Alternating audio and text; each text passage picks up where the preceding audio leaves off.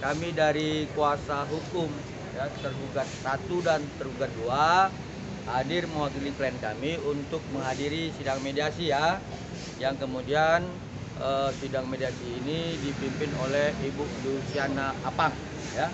Jadi pada prinsipnya pada pembicaraan mediasi tadi penggugat menyampaikan isi gugatannya.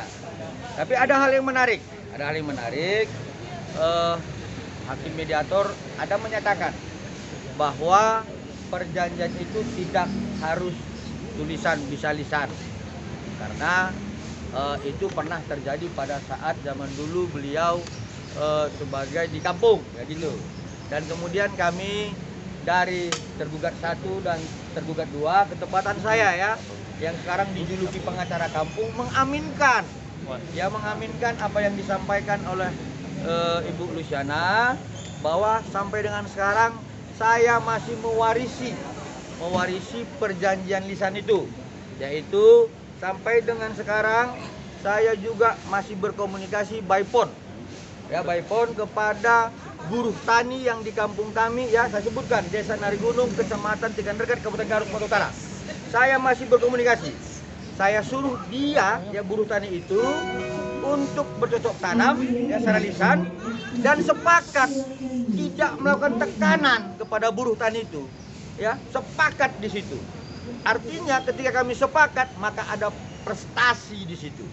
Nah kemudian kami sampaikan bahwa kalau misalkan mediasi itu salah satu unsurnya adalah berdasarkan Perma 1 2016 adalah beretikat baik. Tapi yang jadi persoalan adalah ketika kami ingin melaksanakan mediasi hari ini, ya kemarin kuasa hukum penggugat ada mendesak ya melalui rekan media juga untuk klien kami segera ya menghadiri panggilan ya, padahal ini kondangan ya sebenarnya, undangannya ya. Nah, bukan panggilan tapi undangan. Nah, seperti ini. Ya undangan ke Indak. Artinya kalau mau mediasi jangan dong cari-cari kesalahan. Ya seperti itu. Korbannya 2023 katanya. Tetapi lapornya 2025. Lah emangnya sakitnya lama kok sekarang lapor? Ini kan mencari-cari kesalahan. Artinya mediasi dengan rohnya beretikat baik tidak terpenuhi pada hari ini.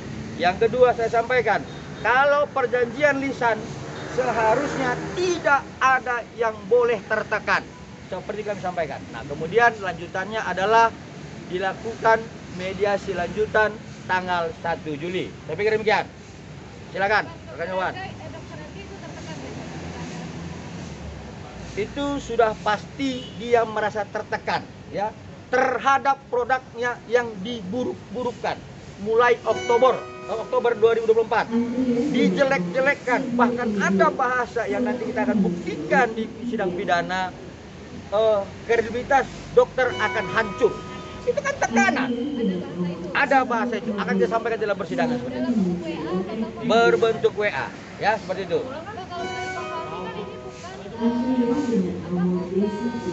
Bukan pemerasan tapi kesepakatan, adanya tawar menawar itu dari 5M, dokter RD menawar jadi 4M, artinya kan ada kesepakatan yang itu. Bentar, saya jawab ya. Itu versi sana ya Pak? Oke, nah ini masing-masing juga dulu mahasiswa pernah jadi preman terminal ini.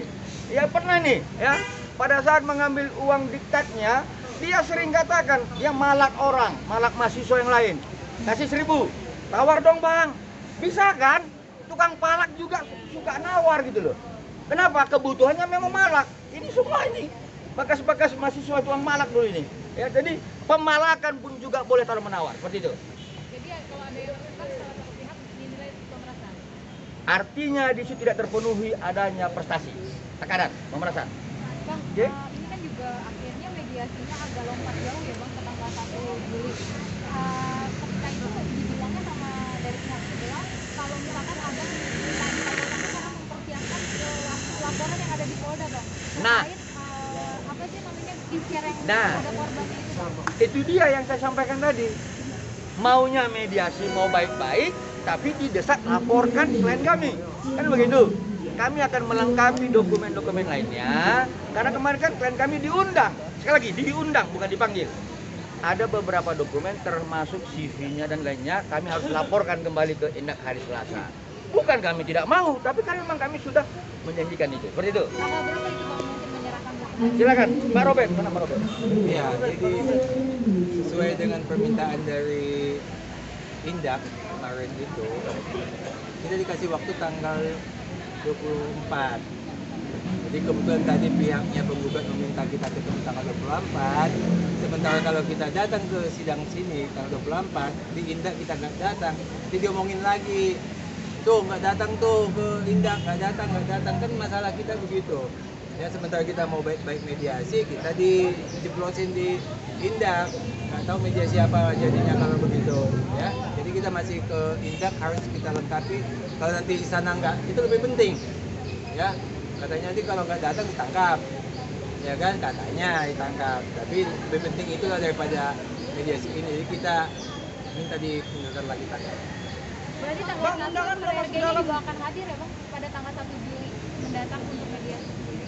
Nah begini, perkembangan ini ya, seperti hari ini dia nggak datang, perkembangannya adalah kasus pidananya sudah masuk ke pengadilan. Ya, itu uang 4M yang pertama itu yang diperas sama yang dikerahkan ke developer, ya menjadi TPPU kena pasal, sehingga uangnya disita, itu konteksnya sudah masuk tanggal 24 besok. Itu sebabnya Dr. Raja tidak datang pada hari ini. Dan juga kalau kita kalau kita melihat komen-komen yang ada di media ini, wajib datang ya. Nah, sementara dari yang ngomong wajib datang itu sendiri, prinsipalnya tidak datang, ya tidak sanggup mendatangkan prinsipalnya.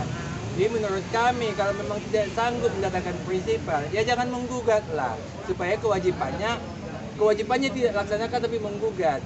Jadi mestinya dia siap. Pada saat dia tidak mampu mendatangkan prinsipalnya, kewajibannya tidak mampu laksanakan, jangan menggugat gitu. Tapi kalau dia menggugat, wajib datangkan hari ini. Ya, jadi jangan cuma bilang wajib, tapi tidak bisa mendatangkan prinsipalnya. Ya.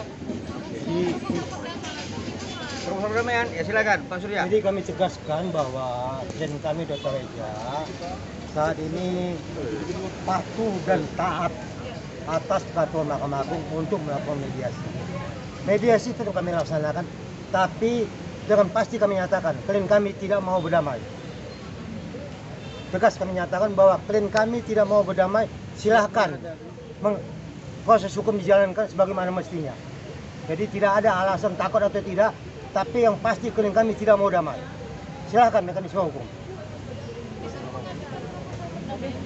Ya, jadi begini, proposal itu kan sebenarnya diatur dalam ketentuan mekanisme hukum. Nah, misalkan ya dalam perma ya, misalkan nih saya kreditur, kalian debitur, lalu kemudian biasanya kawan-kawan yang wan prestasi itu adalah debitur, lalu kemudian saya kreditur menggugat kalian.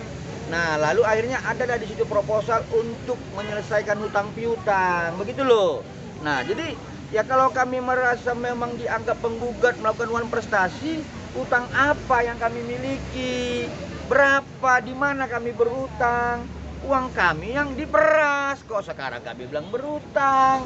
Ini kan aneh jadinya begitu loh. Seperti itu ya.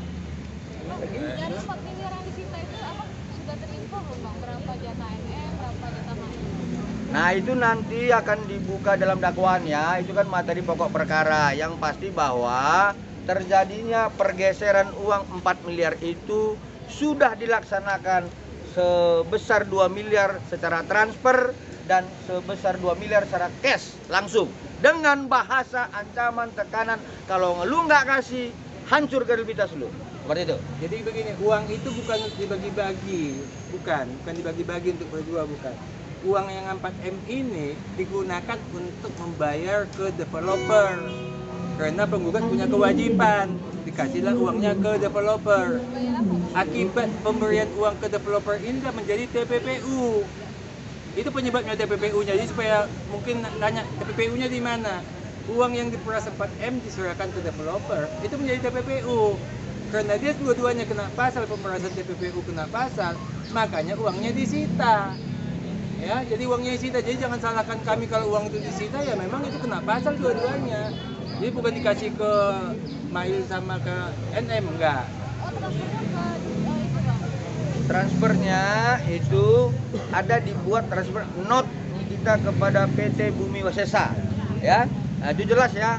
Mungkin penyidik menduga bahwa di situlah terjadinya TPPU, ya. Jadi uang yang diperoleh dari kejahatan kemudian dialihkan ke sesuatu, itulah TPPU-nya. Seperti itu ya. Oke. Yang case-nya tanya nanti saudara kita di persidangan, mau ke kemana kan kita nggak tahu. Namanya case, dibagi sama siapa, dikasih sama siapa, nanti di persidangan akan dibuka. Sini kita membagi kepada siapa. Kalaupun nanti saudara kita mau pasang badan ya sudah. Ya, nanti kita buka di persidangan, seperti itu. Ya udah, oke bang. Cukup.